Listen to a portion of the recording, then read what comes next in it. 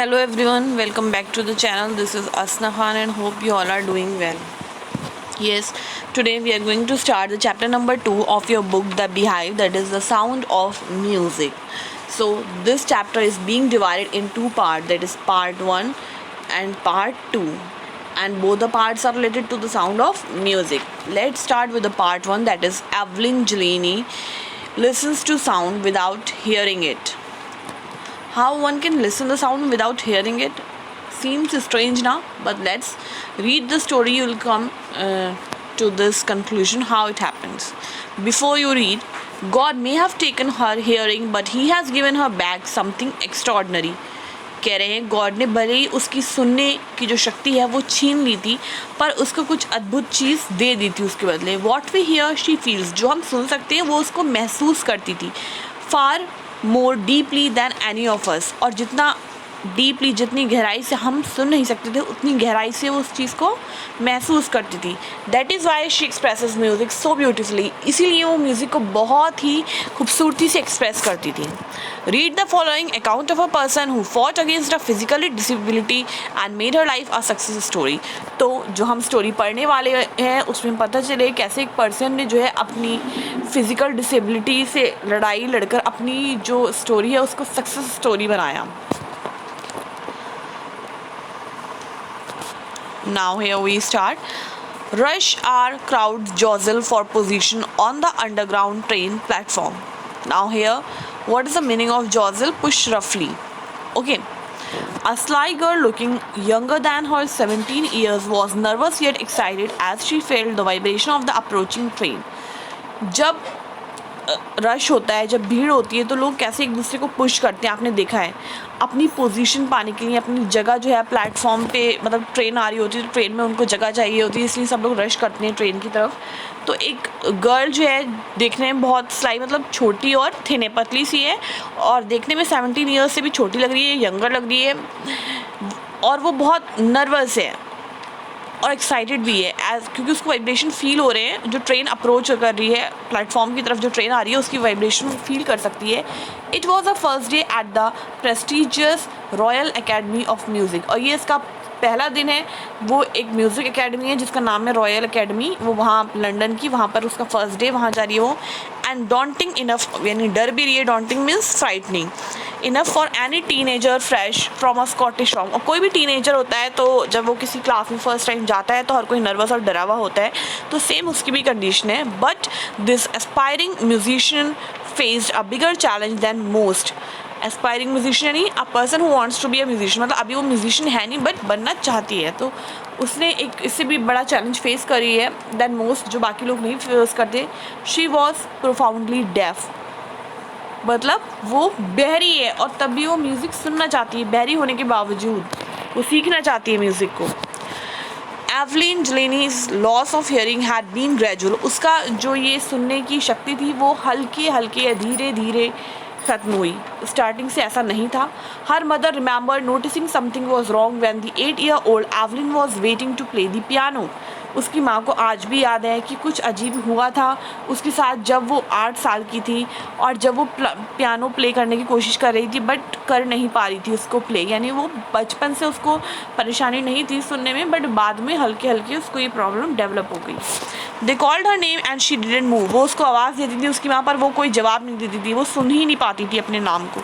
I suddenly realise she hadn't heard, तब उसकी माँ को एहसास हुआ कि शायद उसकी जो बच्ची है वो सुन नहीं सकती. सेज इजाबेल ग्लीनी, उसकी मम्मी का नाम है Isabel Glennie. For quite a while Evelyn manage to conceal her growing deafness from friends and teacher. कुछ टाइम तो जो है वो अपनी इस आदत को या इस परेशानी को छुपाती रही फ्रेंड्स और टीचर से. But by the time she was 11, her marks had deteriorated and her headmistress urged her parents to take her to a जब बट वो 11 ईयर्स की हो गई तो उसके जो मार्क्स थे क्लास के अंदर वो कम होने लगे उसके मार्क्स जो थे. जो उसकी हेड मिस्ट्रेस थी तो उन्होंने उनके पेरेंट्स से रिक्वेस्ट करी कि जो है वो स्पेशलिस्ट को दिखाएं. It was then discovered that her hearing was severely impaired as a result of gradual nerve damage.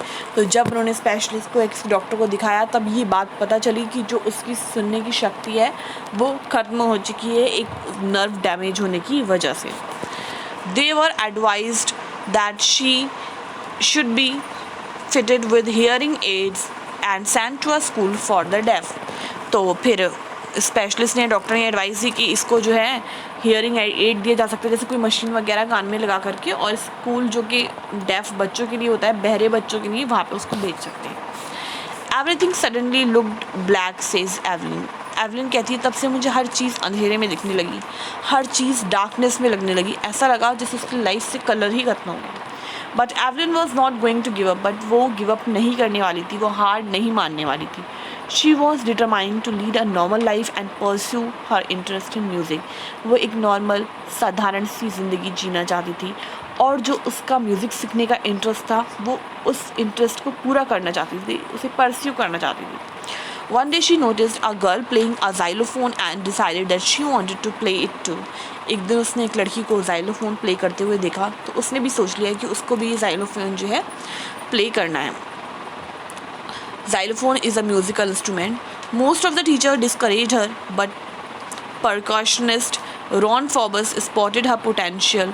He began by tuning two large drums to different notes.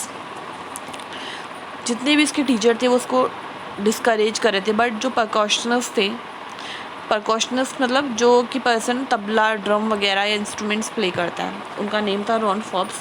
उन्होंने उसके अंदर वो शक्ति देख ली, पोटेंशियल या सीखने की जो इच्छा थी एवलिन की, उसको समझ गए. तो उन्होंने स्टार्ट करा, उसको 2 ड्रम दिए और उस पर डिफरेंट नोट्स ट्यून करना सिखाए, उसको सुनाए. Don't listen through your ears. अपने कानों से मत सुनो, उससे कहा. He would say try to sense it some other way. इसको महसूस करने की कोशिश करो, इसको सुनने की कोशिश मत करो कि तुम नहीं सुन सकती. Says Evelyn, suddenly I realised I could feel the higher drum from the waist up and the lower one from the waist down.